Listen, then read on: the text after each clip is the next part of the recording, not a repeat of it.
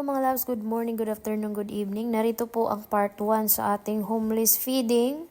Yung una kong na-upload ay part 2 na po yun. So ipapasilip ko po sa inyo ang ating mga ginagawang inspirational para sa lahat po ng sumuporta sa akin. Gusto ko lang ipakita sa inyo na ang lahat po ng inyong pagsusumikap, pagtulong, na pag-follow sa akin, pag-share ng mga video na ito, at pagbigay ng mga stars and subscription sa aking mga social media account. May mapupuntahan po lahat yan dahil namimigay po tayo ng tulong sa ating kababayan sa Pilipinas. Kagaya na lang po ng nakikita ninyo mga loves, na tayo ay tumutulong po sa pamilya sa Pilipinas. Ganito po talaga ang ating ginagawa sa ating kapwa. In 3 years po nating pamimigay ng tulong sa inyo sa Pilipinas. Ngayon ay nagnegosyo po ako, nagtitinda ako ng sabon para po ma-extension ko yung tulong ko sa mga tao po sa kalye. Dahil marami po talagang nagsabi na si Siang ay hindi tumutulong. So, hindi po lahat nabivideohan dahil hindi po lahat ay pinapavideo ko po. Kung meron man akong natutulungan sa tabi-tabi, yan po ay akin na lang po yan at kay Lord. So ito po ay papasilip ko po sa inyo para ma-inspired po kayo na i-follow ako at tulungan ako sa aking mga adhikain. Dahil meron po akong pangarap para sa inyong pamilya.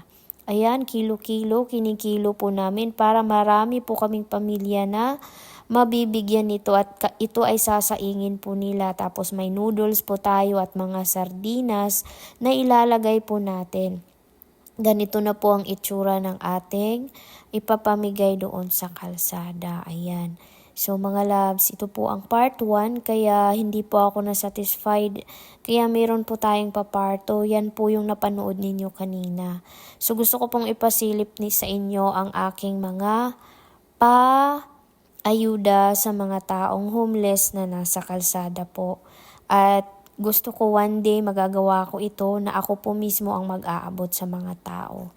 So, in God's willing, makakapagpatayo tayo ng sarili nating food bank para maibsan po at mabawasan po ang mga taong gutom sa Pilipinas. So, ayan po mga loves, kitang-kita nyo po yan si tatay. O, nakasapin po siya ng karton, nasa gilid po sila ng kalsada natutulog. So, kita nyo po yan. Sa gilid po ng kalsada yan. O, diba? So, imagine niyo po yon. At ako'y nagpapasalamat po sa aking admin Agnes na siya po mismo nag-abot. Dahil on my behalf, wala po ako sa Pilipinas. Kahit wala man ako dyan, basta suportahan nyo lang po ako. Magagawa ko ang mga ito. So, super amazed ako dahil nagawa ko ito sa tulong po ninyo. Ayan mga love, si tatay. Naawa po ako sa kanyang kalagayan. Ayan, inabutan na po natin siya ng sasaingin po nila yan dahil kahit nasa kalsada sila, meron po silang masasaingan dyan. So, ayan, ayaw ko pong bigyan ng pera tong mga to kasi gusto ko talaga pagkain. Kasi yan naman yung inuuna natin is pagkain sa araw-araw. Dahil di naman tayo mabubuhay kung wala tayong pagkain. Ayan naman po si ate, nagsusumikap po siya sa kalye magbenta ng mga tawag nito basahan po para po may pangkain po yung pamilya niya. So, ang ginawa ni Agnes, bumili siya nitong basahan para naman matulungan din po niya si ate. So, nakakaawa po talaga ang ating mga kababayan na nakikita po talaga natin kung paano tayo ka-bless dahil mayroon tayong roof over our head and food in our table kaysa sa kanila na wala talaga silang bahay. So, nasa gilid po sila ng kalsada. So, kung sino po yung may kakayanan dyan, pwede po kayo mag-donate sa pamagitan ng pagbigay ng mga super chat, pagbigay ng mga stars or subscription sa aking Facebook pages, YouTube, and Instagram or TikTok. Dahil ang mga ginagawa po ni Siang ay hindi po niya binubusog ang bulsa niya, binubusog po niya ang pamilyang Pilipino.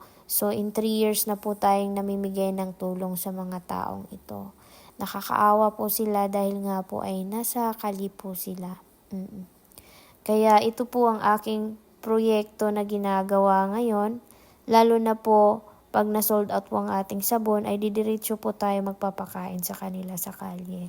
So, hindi po si siyang naging madamot at never will be madamot po talaga. Kasi, dumaan po ako sa kagaya po nito mga taong ito na hindi kumakain. Dahil ako ay naging homeless din noon talaga. So, ayan, thank you sa Panginoon dahil binago niya ang buhay ko. Ito naman yung mga taong ito ay doon sa ilalim ng tulay, kaya nga po lumabas siya doon sa may butas. Tsaka itong mga taong ito, dito talaga to sila sa kalye nakatira. Ayan, sa ilalim ng tulay talaga. At mayroon din po akong natutulungan doon sa ilalim ng tulay. Ang nangyari naman po doon sa ilalim ng tulay is mayroon ding mga ahas dyan sa ilalim ng tulay. Nakakatakot po talaga. O, tingnan niyo po, o. So, yan yung part 1 natin na binigyan ng mga bigas. So, ako'y lubos nagpapasalamat kay si Love Jing and Matutina and of course sa ating admin Agnes Cilindro na pagkakatiwalaan ko sa mga bagay-bagay, lalo na yung mga pamimigay ko ng ayuda, ayan, at sa pagmamanage ng ating business sa Pilipinas. So, maraming salamat po sa inyong suporta sa akin. Hindi lang kayo gumaling sa inyong karamdaman, kundi nakatulong po tayo. Nakatulong kayo ni siyang sa kanyang adhikain na pamimigay po sa pamilyang walang-wala po talaga.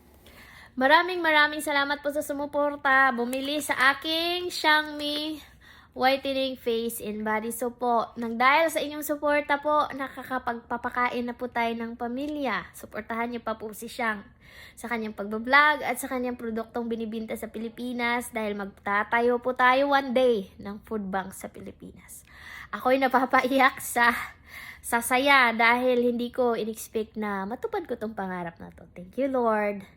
Dahil lagi kang nandyan at sa mga taong binigay mo upang suportahan ako. At kung pwede po kayong tumulong, kung may kakayahan kayo, pwede din po kayong magbigay ng stars or subscription sa aking page, Xiangmin California, USA. Ayan po, at your service. Maraming salamat.